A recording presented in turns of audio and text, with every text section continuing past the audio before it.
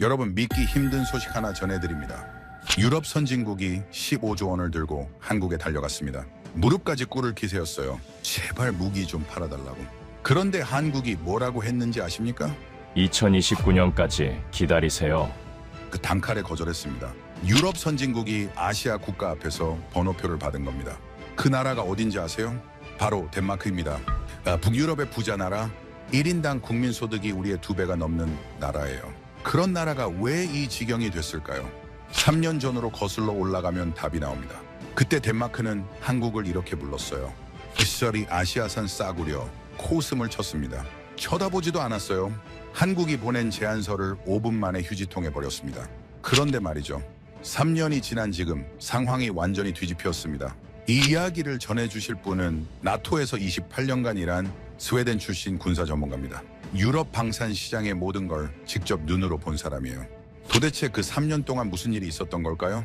왜 유럽이 한국 앞에 줄을 서게 됐을까요? 그 충격적인 역전의 전말, 지금 바로 들어보시겠습니다. 시작에 앞서 좋아요와 구독 눌러주시면 한국의 더 많은 이야기를 소개하는 데에 큰 힘이 됩니다. 안녕하세요. 저는 빅토르 홀른베리입니다. 스웨덴 사람이고 나토 유럽 방위협력국에서 28년을 일했습니다. 군사 분석관이었어요. 냉전부터 지금까지 유럽 방산의 모든 흥망성쇠를 직접 목격해온 사람이지요. 오늘 제가 전해드릴 이야기는 제 28년 경력 중 가장 충격적인 역전입니다. 유럽이 어떻게 무너졌는지, 한국이 어떻게 정상에 올랐는지, 그리고 오만이 어떤 대가를 치르는지, 지금부터 말씀드리는 모든 것은 제가 두 눈으로 직접 본 것들입니다. 그날 브뤼셀의 공기는 무거웠습니다. 나토 본부 대회의실, 형광등 불빛 아래 유럽 15개국 국방 관계자들이 모여 있었어요. 평소와 달랐습니다. 농담도 없고 잡담도 없었지요. 러시아가 우크라이나를 침공한 직후였거든요. 회의실에 들어서는 순간 느꼈습니다. 두려움. 사람들 표정에 그게 묻어 있었어요. 전쟁이 더 이상 뉴스 속 이야기가 아니라는 걸 모두가 깨달은 거지요. 회의 주제는 하나였습니다. 유럽을 어떻게 무장시킬 것인가. 그것도 빨리. 독일 대표가 먼저 일어섰습니다. 당당한 표정이었어요. 어깨를 펴고 회의실을 둘러보더군요. 자국 방산업체 라인메탈이 생산량을 늘리겠다고 했습니다. 목소리에 자신감이 넘쳤어요. 유럽은 유럽 무기로 지켜야 한다. 외부에 의존할 필요 없다. 프랑스 대표가 맞장구를 쳤습니다. 자국 업체 넥스터도 풀가동에 들어간다더군요. 2년이면 상당량 공급이 가능하다고 했어요. 박수가 터졌습니다. 저도 손뼉을 쳤습니다. 유럽의 힘을 보여주자는 분위기였으니까요. 회의실 전체가 안도감에 휩싸였어요. 우리끼리 해결할 수 있다. 그런 공감대가 형성된 거지요. 그때였습니다. 폴란드 대표가 손을 들었어요. 회의실이 조용해졌습니다. 다들 의아한 표정이었지요. 분위기 좋은데 왜 끼어드나 싶은 눈치였어요. 폴란드 대표는 잠시 망설이더니 입을 열었습니다. 한국 옵션도 검토해봐야 하지 않을까요? 순간 공기가 얼어붙었습니다. 한국이라는 단어가 나오자마자 회의실 분위기가 싸늘하게 변했어요. 마치 금기어를 꺼낸 것처럼. 사람들 표정이 일그러지기 시작했습니다. 침묵이 흘렀습니다. 3초, 5초. 그 짧은 시간이 영원처럼 느껴졌어요. 그리고 누군가 코웃음을 쳤습니다. 덴마크 대표였습니다. 50대 초반의 건장한 남자였어요. 그가 비웃듯 폴란드 대표를 바라봤습니다. 입꼬리가 올라가 있더군요. 조롱이 담긴 미소였습니다. 동유럽은 급하니까요. 아무거나 사려고 하잖아요. 등골이 서늘해지는 순간이었습니다. 모욕이었어요. 회의실에서 대놓고 한 나라를 깔아뭉개는 발언이었습니다. 그런데 놀라운 건 따로 있었어요. 아무도 제지하지 않았습니다. 오히려 여기저기서 웃음이 새어나왔지요. 독일 대표가 거들었습니다. 아시아 무기가 유럽 환경에서 통할 거라고 생각합니까? 우리는 실험 대상이 아닙니다. 영국 대표도 끼어들었어요. 나토의 표준은 나토 무기입니다. 아시아 물건으로 장난치지 맙시다. 장난이라니요. 저는 그 단어에 가슴이 철렁했습니다. 한 나라의 진지한 제안을 장난이라고 표현하다니. 28년간 수많은 회의에 참석했지만 이런 노골적인 무시는 처음이었어요. 폴란드 대표의 얼굴을 봤습니다. 창백해져 있더군요. 주먹을 꽉 쥐고 있었습니다. 뭔가 말하려다가 멈췄어요. 소용없다는 걸 알았던 거지요. 그는 고개를 숙였습니다. 회의는 그렇게 끝났습니다. 한국 이야기는 완전히 묻혔어요. 마치 처음부터 없었던 것처럼. 결론은 유럽 무기로 가기로 했습니다. 예상된 결과였지요. 회의가 끝나고 복도로 나왔을 때였습니다. 덴마크 대표 일행이 담소를 나누고 있더군요. 그들은 여전히 웃고 있었습니다.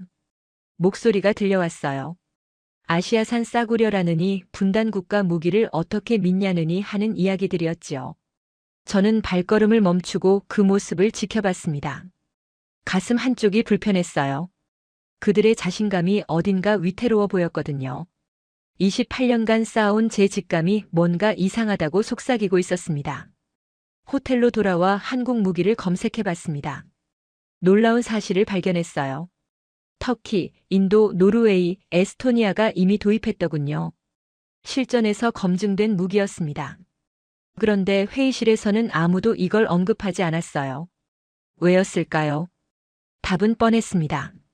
아시아라는 이유만으로 쳐다보지도 않은 거예요. 유럽 최고라는 자만심이 눈을 가린 겁니다. 저는 그날 밤 수첩에 메모를 남겼습니다. 한국 자주포. 추후 관찰 필요. 그때만 해도 습관적인 기록이었어요. 이 한 줄이 얼마나 중요한 메모가 될지, 그날 웃음 짓던 사람들이 얼마나 처절한 대가를 치르게 될지, 저는 전혀 몰랐습니다. 그로부터 얼마 지나지 않아 믿기 어려운 소식이 들려왔습니다.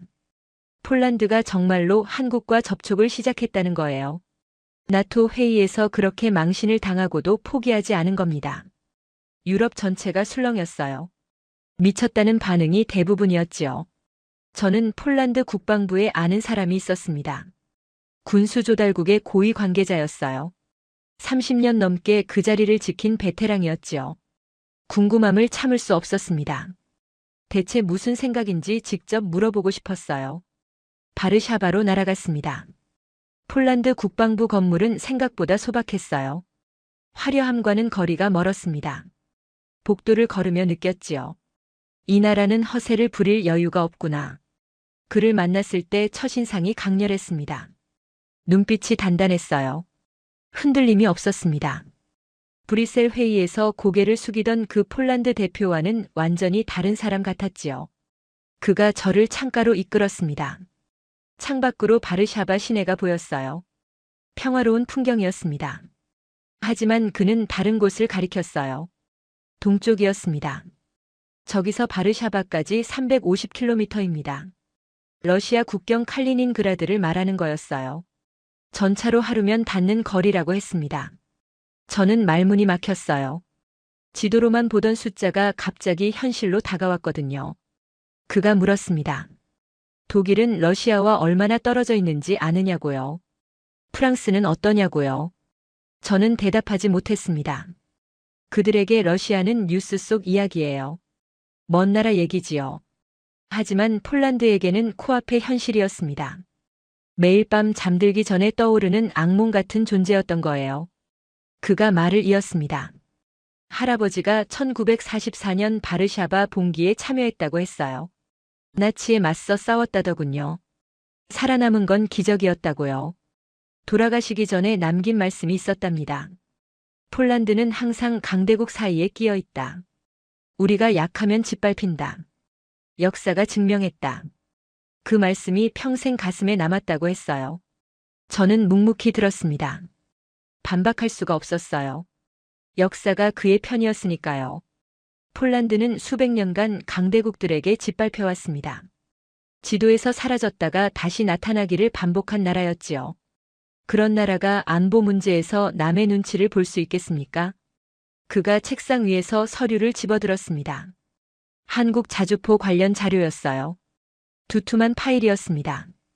최소 수백 페이지는 되어 보였지요. 저는 놀랐습니다. 이 정도로 철저하게 준비했을 줄 몰랐거든요. 그가 핵심을 짚어줬습니다. 독일 자주포를 사면 4년을 기다려야 한다고 했어요. 프랑스 것은 5년이고요. 그것도 확실하지 않다더군요. 생산 라인이 이미 꽉 차 있어서 언제 받을 수 있을지 모른다는 거였습니다. 반면 한국은 계약 후 16개월 안에 첫 물량을 보내준다고 했어요. 16개월과 4년. 이 차이가 얼마나 큰지 아시겠습니까? 그가 창밖을 다시 바라봤습니다. 동쪽을요. 4년 동안 러시아가 가만히 있을 거라고 생각하십니까? 그가 조용히 물었어요.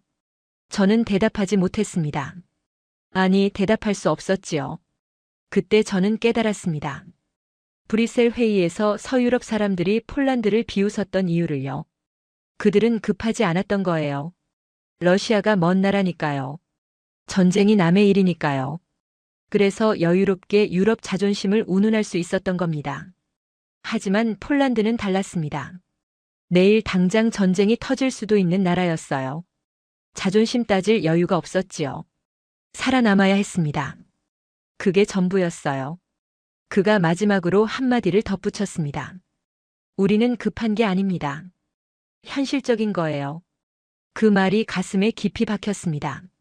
저는 고개를 끄덕일 수밖에 없었어요. 28년간 유럽 방산을 분석해왔지만 이렇게 명쾌한 논리는 처음 들었거든요. 바르샤바를 떠나는 비행기 안에서 창밖을 바라봤습니다. 구름 사이로 유럽 대륙이 보였어요. 평화로워 보였지요. 하지만 그 평화 아래 균열이 시작되고 있었습니다. 저만 그걸 느끼고 있는 것 같았어요. 얼마 뒤 폴란드가 공식 발표를 했습니다. 한국과 25조 원 규모의 방산 계약을 체결했다고요. 자주포 672문, 전차 180대, 다연장 로켓 218문, 경공격기 48대, 유럽 역사상 최대 규모의 단일 방산 계약이었습니다. 유럽 전체가 발칵 뒤집혔어요. 언론들이 앞다투어 보도했습니다. 폴란드의 도박이라느니 무모한 선택이라느니 하는 기사들이 쏟아졌지요. 서유럽 국가들은 공개적으로 우려를 표명했습니다. 덴마크 대표가 또 한마디 했더군요. 동유럽은 역시 급하다고요. 그 말을 듣고 저는 씁쓸하게 웃었습니다. 아직도 모르는구나 싶었어요. 급한 게 아니라 현실적인 거라는 걸요. 폴란드를 비웃던 유럽에 금이 가기 시작한 건 그로부터 얼마 지나지 않아서였습니다. 처음에는 작은 뉴스였어요. 독일 라인메탈이 납기 일정을 조정한다는 발표였지요.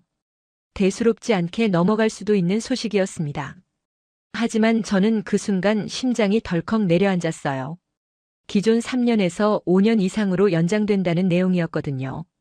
5년이라니. 러시아가 우크라이나를 침공한 마당에 5년을 기다리라는 겁니다. 유럽 국가들이 경악했어요. 브뤼셀 회의에서 그렇게 자신만만하게 큰 소리치던 독일이었습니다. 2년 안에 상당량 공급하겠다고 장담했던 그 독일이요. 약속이 휴지 조각이 된 거예요. 바로 다음 날 프랑스 넥스터도 비슷한 발표를 했습니다. 부품 수급 문제로 생산이 지연된다더군요. 일부 계약은 6년 이상 걸릴 수도 있다고 했어요. 저는 그 뉴스를 보면서 혀를 내둘렀습니다. 6년이면 대통령이 2번 바뀔 시간이에요. 유럽 방산의 자존심이 무너지고 있었습니다. 저는 그때 나토 내부 보고서를 작성하고 있었어요. 각국 방산 현황을 분석하는 문서였지요. 숫자를 정리하다가 손이 멈췄습니다. 믿기 어려운 현실이 눈앞에 펼쳐져 있었거든요. 독일은 자국군 물량도 제때 공급받지 못하고 있었습니다. 세계 최고라고 자부하던 라인메탈이 정작 독일군에게 약속한 물량을 맞추지 못하는 거예요. 수출에 급급해서 자국 군대를 뒷전으로 밀어둔 결과였습니다. 아이러니했지요. 유럽 무기로 유럽을 지키자던 그들이 정작 자기 나라도 제대로 무장시키지 못하고 있었으니까요. 프랑스도 사정은 마찬가지였습니다. 넥스터가 중동과 인도 계약을 우선하면서 자국군 납품이 밀렸어요. 돈이 되는 쪽을 먼저 챙긴 거지요. 저는 씁쓸하게 웃을 수밖에 없었습니다. 브뤼셀 회의에서 아시아 무기를 조롱하던 그들이 정작 아시아와 중동에 무기를 팔아 돈벌이하고 있었으니까요. 하지만 진짜 충격은 따로 있었습니다. 이스라엘 소식이었어요. 중동에서 전쟁이 터지자 이스라엘 정부가 긴급 조치를 발표했습니다. 자국 방위 우선 원칙을 적용한다는 거였지요. 모든 수출 계약을 무기한 연기하겠다고 했어요. 무기한이라니. 그 단어가 주는 무게감을 아시겠습니까? 덴마크가 직격탄을 맞았습니다. 덴마크는 이스라엘에서 아테모스 자주포 24문을 도입하기로 계약해둔 상태였거든요. 8천억 원 규모의 대형 계약이었습니다. 유럽의 품격에 맞는 선택이라며 자화자찬하던 그 계약이요. 하루아침에 물거품이 됐어요. 이스라엘은 냉정했습니다. 계약서가 있든 말든 상관없었지요. 자기 나라가 위험해지니까 남의 나라는 안중에도 없었어요. 덴마크가 아무리 항의해도 소용없었습니다. 8천억 원은 공중에 떴고 자주포는 한 대도 오지 않았지요. 저는 그 소식을 듣고 브뤼셀 회의가 떠올랐습니다. 덴마크 대표의 자신만만한 표정이 생생하게 기억났어요. 아시아 물건으로 장난치지 말라던 그 목소리도요. 이스라엘은 신뢰할 수 있는 파트너라고 했었지요. 한국 같은 나라와는 다르다고요. 그런데 결과가 어떻게 됐습니까? 신뢰할 수 있다던 이스라엘은 덴마크를 버렸습니다. 계약서 따위는 휴지 조각이 됐지요. 반면 한국은 묵묵히 폴란드와의 약속을 지키고 있었어요. 어느 쪽이 진짜 신뢰할 수 있는 파트너였는지 답이 나온 거예요. 상황은 더 악화됐습니다. 덴마크는 우크라이나를 지원한다며 보유 중인 세자르 자주포 19문을 전량 기증해버린 상태였거든요. 언론에서 용감한 결단이라고 박수를 보냈었지요. 나토의 모범이라는 찬사도 쏟아졌고요. 하지만 그 이면에는 치명적인 문제가 있었습니다. 덴마크 본토를 지킬 자주포가 한 문도 남지 않았다는 거예요. 이스라엘에서 새 무기가 들어올 거라고 믿었던 겁니다. 그런데 그 무기가 안 오게 됐어요. 덴마크는 알몸이 된 거나 다름없었지요. 저는 나토 내부 평가 자료를 봤습니다. 덴마크가 방어 능력 최하위 국가로 분류되어 있더군요. 바이킹의 후예라고 자부하던 나라가 스스로를 지킬 힘조차 없어진 겁니다. 굴욕적인 상황이었지요. 유럽 전체가 패닉에 빠졌습니다. 독일은 5년 기다려야 하고 프랑스는 6년이에요. 이스라엘은 아예 문을 닫아버렸지요. 무기를 구할 곳이 없었습니다. 다들 발을 동동 굴렀어요. 그때 누군가 조심스럽게 말을 꺼냈습니다. 한국은 어떻습니까? 회의장이 얼어붙었어요. 불과 얼마 전까지 아시아산 싸구려라고 비웃던 그 한국을 다시 꺼내는 거였으니까요. 하지만 아무도 비웃지 않았습니다. 웃을 수 있는 상황이 아니었거든요. 유럽의 자존심에 금이 가기 시작했습니다. 유럽이 혼란에 빠져 있을 때 폴란드에서 연락이 왔습니다. 그단스크 항구로 와달라는 거였어요. 나토 옵저버 자격으로 현장을 참관해달라고 했지요. 무엇이 도착하는지는 말하지 않았습니다. 하지만 저는 알고 있었어요. 한국에서 배가 오는 거였습니다. 새벽 비행기를 탔습니다. 그단스크 항구에 도착했을 때 해가 막 떠오르고 있었어요. 발트해의 바람이 뺨을 스쳤습니다. 쌀쌀했지요. 저는 부두에 서서 수평선을 바라봤습니다. 아직 배는 보이지 않았어요. 폴란드 군 관계자들이 이미 나와 있었습니다. 긴장한 표정이었어요. 당연하지요. 25조 원짜리 도박의 결과물이 오는 거였으니까요. 서유럽 전체가 비웃던 그 선택이 옳았는지 틀렸는지 증명되는 순간이었습니다. 1시간쯤 지났을까요? 수평선의 점 하나가 나타났습니다. 점점 커졌어요. 대형 화물선이었습니다. 저는 숨을 멈추고 지켜봤습니다. 배가 가까워지자 갑판 위에 뭔가가 보이기 시작했어요. 방수포로 덮인 거대한 물체들이었습니다. 줄지어 늘어서 있었지요. 하나, 둘, 셋. 세다가 포기했습니다. 너무 많았거든요. 저는 그 순간 가슴이 두근거렸어요. 28년간 수많은 무기인도 현장에 참석했지만 이런 규모는 처음이었습니다. 배가 접안했습니다. 하역 작업이 시작됐어요. 크레인이 움직이며 방수포 덮인 물체를 한 대씩 내려놓았습니다. 저는 가장 먼저 내려진 것에 다가갔어요. 폴란드 장교가 방수포를 걷어냈습니다. 한국산 자주포가 모습을 드러냈습니다. 검은 철갑이 아침 햇살에 반짝였어요. 새 차 냄새가 났습니다. 공장에서 막 나온 것처럼 깨끗했지요. 흠집 하나 없었어요. 저는 한 바퀴 돌며 살펴봤습니다. 완벽했습니다. 운송 중 손상 제로라고 폴란드 측 담당자가 말했어요. 대형 화물선으로 지구 반바퀴를 돌아왔는데 흠집 하나 없다니. 포장과 운송 관리가 얼마나 철저했는지 알 수 있었지요. 저는 옆에 있던 폴란드 장교에게 물었습니다. 계약 후 얼마나 걸린 거냐고요. 그가 시계를 확인하더니 대답했어요. 정확히 15개월 27일이라고요. 약속보다 3일 빨랐다고 했습니다. 저는 귀를 의심했습니다. 방산 계약에서 납기를 앞당기는 경우는 거의 없어요. 늦으면 늦었지 빠른 적은 본 적이 없었거든요. 그런데 한국은 약속보다 빨리 보낸 겁니다. 16개월 안에 보내겠다더니 정말로 지킨 거예요. 하역 작업은 하루 종일 계속됐습니다. 저는 그 자리를 떠나지 않았어요. 마지막 한 대까지 지켜봤습니다. 48문 전부 완벽한 상태였지요. 독일이 5년 기다리라고 할 때 한국은 16개월 만에 해낸 겁니다. 다음 날 시험 사격이 진행됐습니다. 폴란드 동부의 훈련장으로 이동했어요. 넓은 평야 지대였습니다. 영하의 날씨였지요. 코끝이 시려왔어요. 저는 두꺼운 코트를 껴입고 관람석에 앉았습니다. 한국산 자주포들이 일렬로 늘어섰습니다. 포신이 하늘을 향해 올라갔어요. 긴장감이 감돌았습니다. 폴란드 포병들이 처음 다루는 장비였거든요. 교육을 받긴 했지만 실전은 다르지요. 과연 제대로 작동할까? 첫 발이 발사됐습니다. 굉음이 훈련장을 뒤흔들었어요. 귀가 먹먹해졌습니다. 포탄이 날아가 멀리 있는 표적에 명중했지요. 폭발이 일어났습니다. 저는 스톱워치를 눌렀어요. 습관이었지요. 연속 발사가 이어졌습니다. 쾅쾅쾅. 일정한 간격으로 포탄이 쏟아졌어요. 저는 시간을 쟀습니다. 10초에 6발이었지요. 분당 36발 속도였습니다. 공식 사양보다 빨랐어요. 그 다음이 진짜 충격이었습니다. 이동 사격 시연이 시작됐거든요. 자주포가 달리면서 포를 쏘는 겁니다. 이건 정말 어려운 기술이에요. 대부분의 자주포는 멈춰야만 사격할 수 있거든요. 움직이면서 정확하게 맞추는 건 차원이 다른 문제입니다. 한국산 자주포가 시속 30km로 달리기 시작했습니다. 울퉁불퉁한 지형이었어요. 차체가 심하게 흔들렸지요. 그 상태에서 발사가 됐습니다. 저는 숨을 멈추고 지켜봤어요. 표적에 명중했습니다. 저는 눈을 비볐어요. 믿기 어려웠거든요. 달리면서 쐈는데 맞췄다니.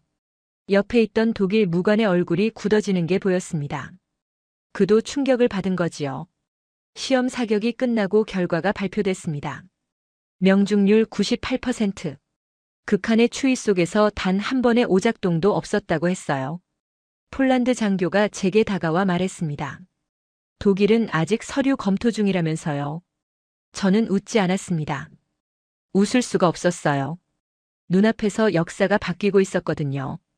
아시아 무기는 유럽 환경에서 안 통한다던 그 말이 얼마나 무지했는지 증명되는 순간이었습니다. 호텔로 돌아와 보고서를 작성했습니다. 한국산 자주포 유럽 환경에서 완벽히 작동.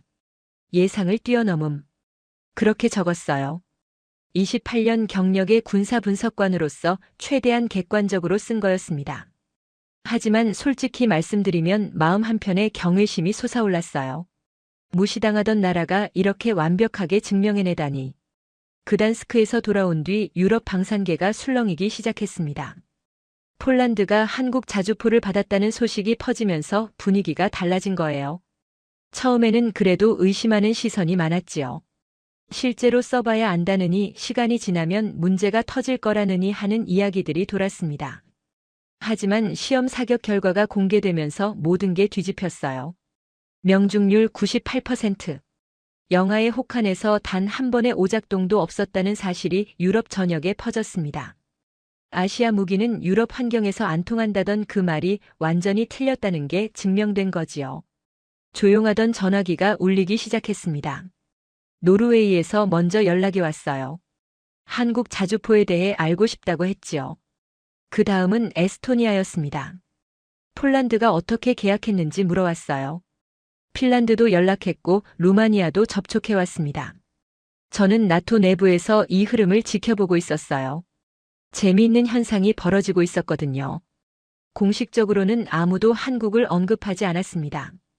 회의석상에서는 여전히 유럽 무기가 최고라는 말만 오갔지요.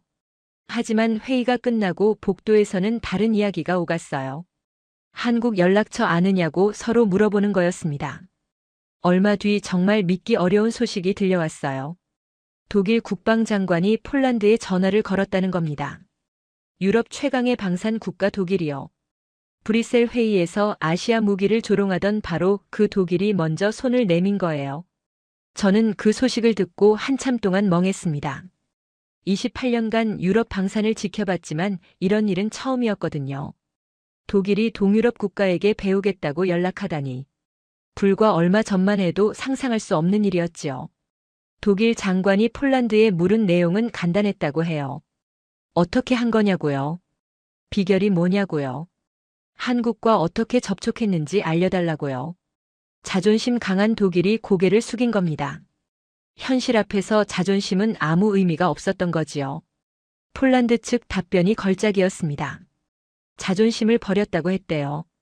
유럽 무기가 최고라는 자존심을 내려놓고 객관적으로 봤더니 답이 나왔다고요.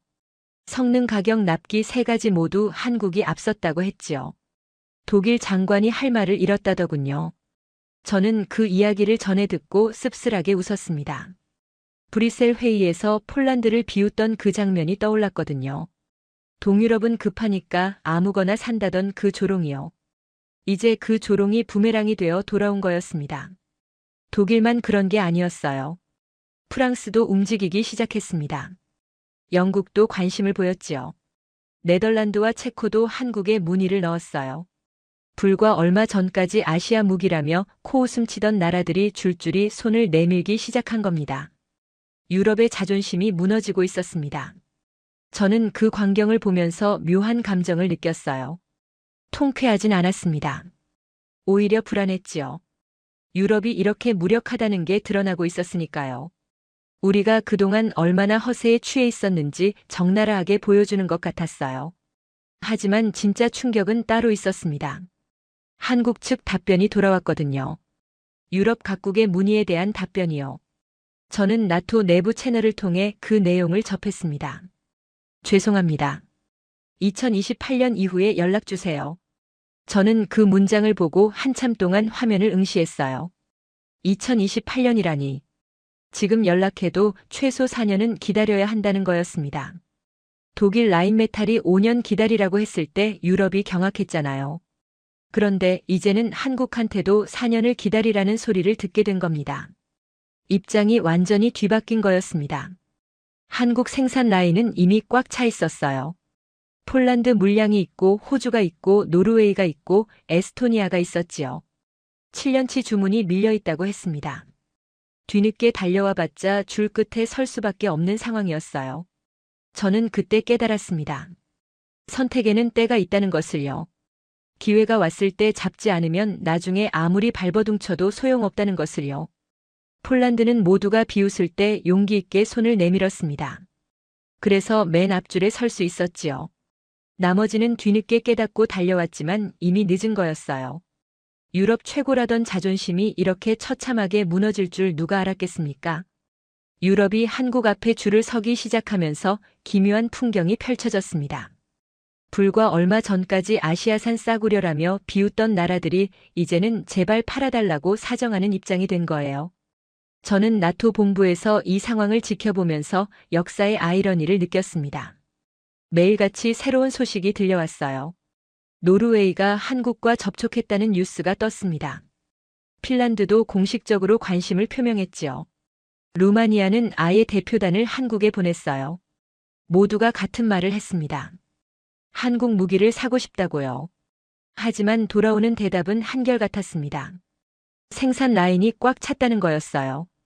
폴란드가 1200문을 추가 주문했고 기존 계약국들 물량도 밀려있다고 했지요. 신규 주문은 2028년 이후에나 검토할 수 있다고 했습니다. 4년을 기다리라는 소리였어요. 저는 그 상황을 보면서 입장이 완전히 뒤바뀌었다는 걸 실감했습니다. 예전에는 한국이 유럽에 와서 제발 사달라고 했거든요.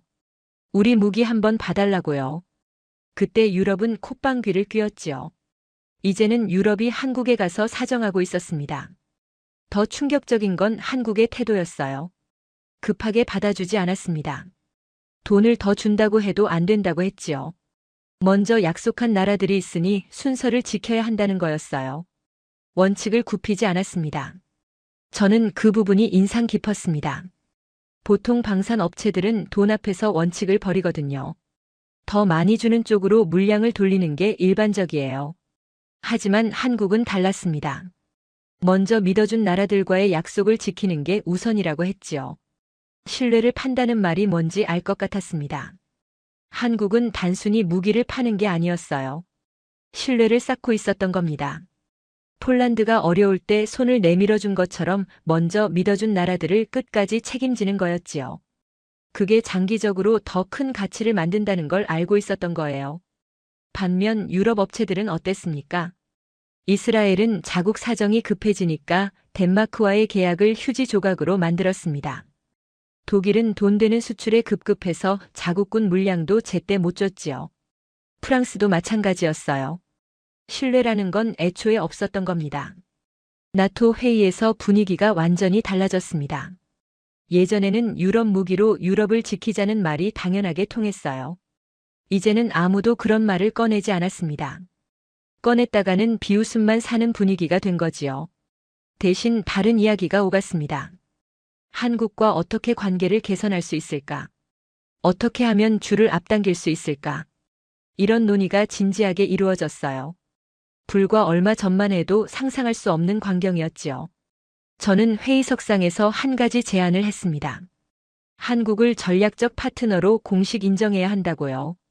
더 이상 아시아의 작은 나라로 볼 게 아니라 나토의 핵심 협력 대상으로 대우해야 한다고 했지요. 예전 같았으면 비웃음을 샀을 겁니다. 하지만 아무도 반대하지 않았어요. 오히려 고개를 끄덕이는 사람들이 많았지요. 현실이 바뀌면 인식도 바뀌는 법입니다. 유럽은 이제 한국을 무시할 수 없게 됐어요. 그런데 한 나라만 조용했습니다. 덴마크였어요. 다른 나라들이 한국과 접촉하느라 바쁠 때 덴마크만 아무 움직임이 없었지요. 이상했습니다. 가장 급한 나라가 덴마크였거든요. 자주포가 한문도 없는 나라니까요. 얼마 뒤 그 이유를 알게 됐습니다. 덴마크는 조용히 큰 그림을 준비하고 있었던 거예요. 다른 나라들처럼 문이나 넣는 게 아니라 아예 판을 뒤집을 승부수를 준비하고 있었지요. 15조 원이라는 천문학적인 금액을 들고 직접 한국으로 날아갈 계획이었습니다. 덴마크가 움직인다는 소식을 들은 건 어느 날 저녁이었습니다. 나토 내부 채널을 통해 정보가 들어왔어요. 덴마크 국방부 고위 관계자가 직접 한국행 비행기에 오른다는 거였지요. 그것도 15조 원 규모의 긴급 구매 제안서를 들고요. 저는 그 소식을 듣고 숨이 멎는 것 같았습니다. 15조 원이라니.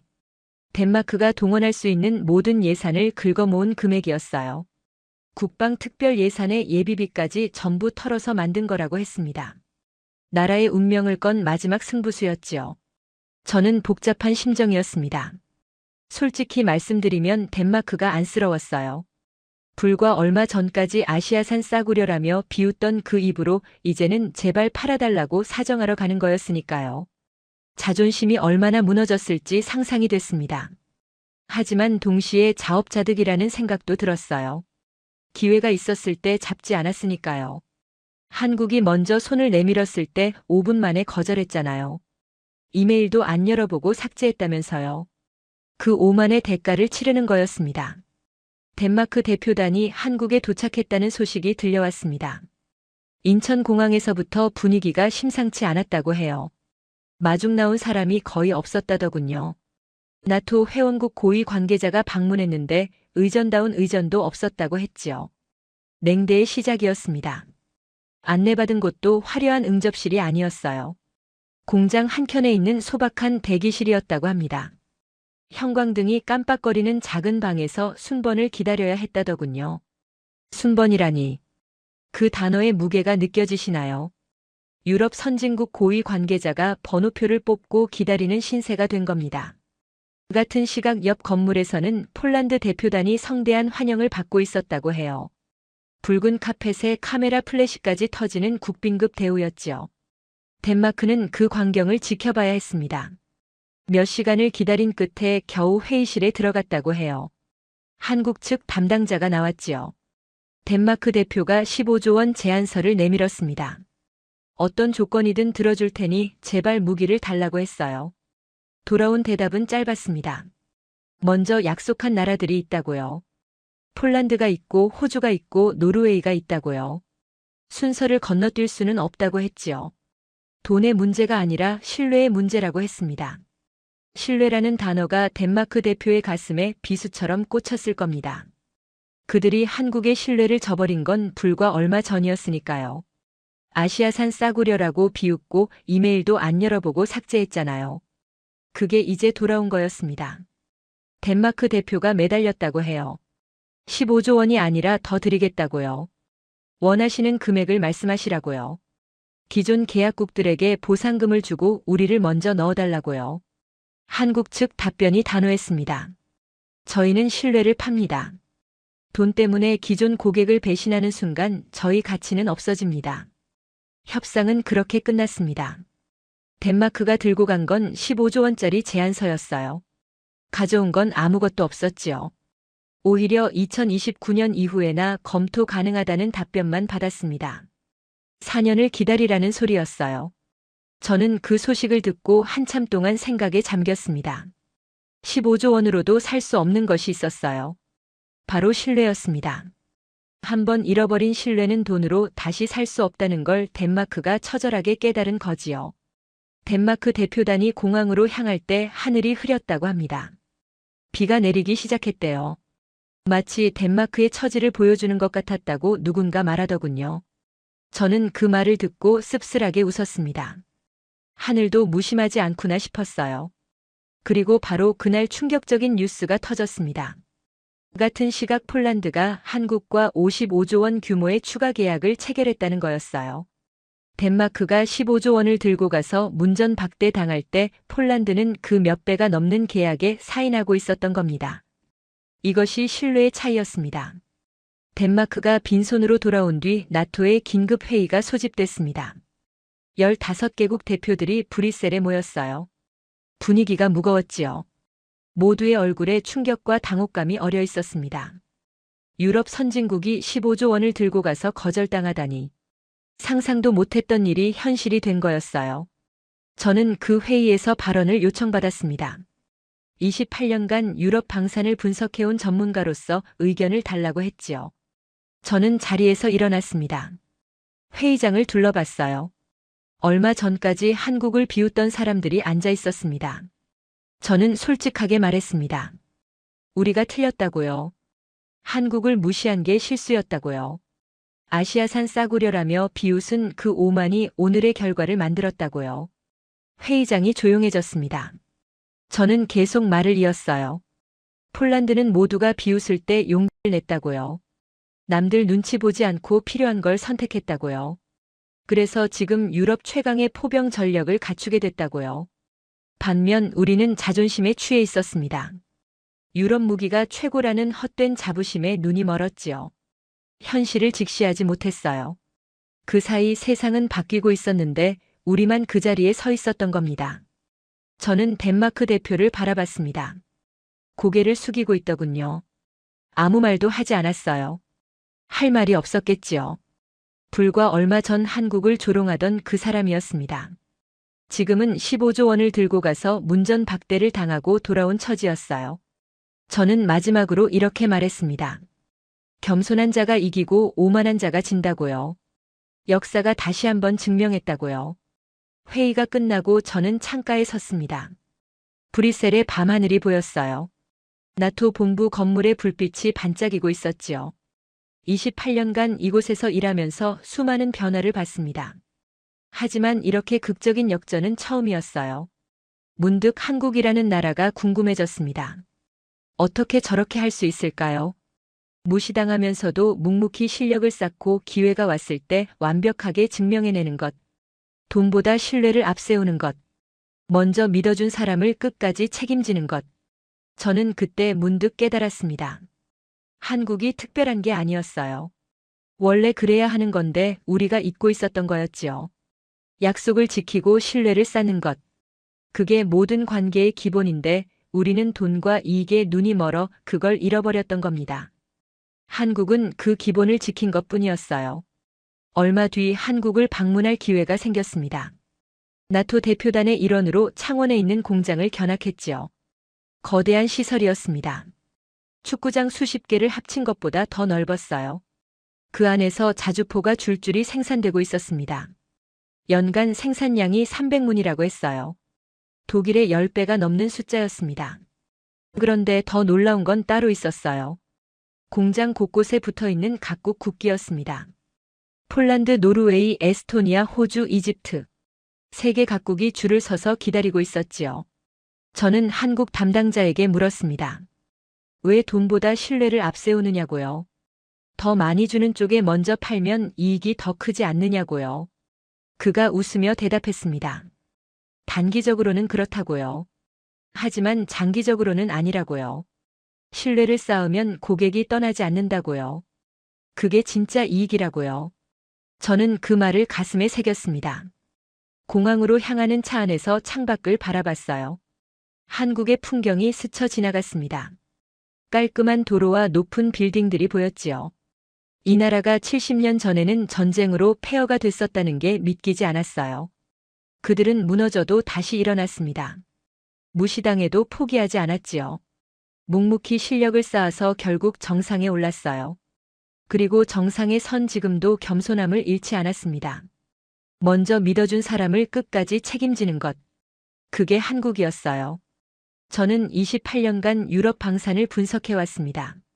수많은 나라의 흥망성쇠를 봤지요. 하지만 한국처럼 극적인 역전을 이룬 나라는 본 적이 없어요. 무시당하던 위치에서 정상으로 올라선 것. 그것도 정정당당하게요.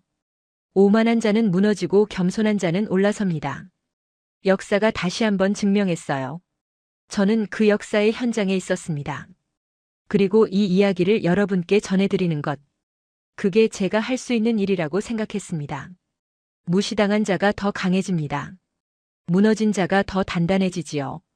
한국이 그걸 보여줬어요. 이 이야기가 여러분의 가슴에도 남기를 바랍니다. 오늘 사연은 여기까지입니다. 한국 비웃던 덴마크 15조 들고 가서 거절당한 스토리 어떠셨나요? 사연의 주인공에게 응원의 댓글을 남겨주세요. 지금까지 감동정거장에서 사연 전해드렸습니다. 사연이 마음에 드셨다면 좋아요와 구독 부탁드립니다. 시청해주셔서 감사합니다.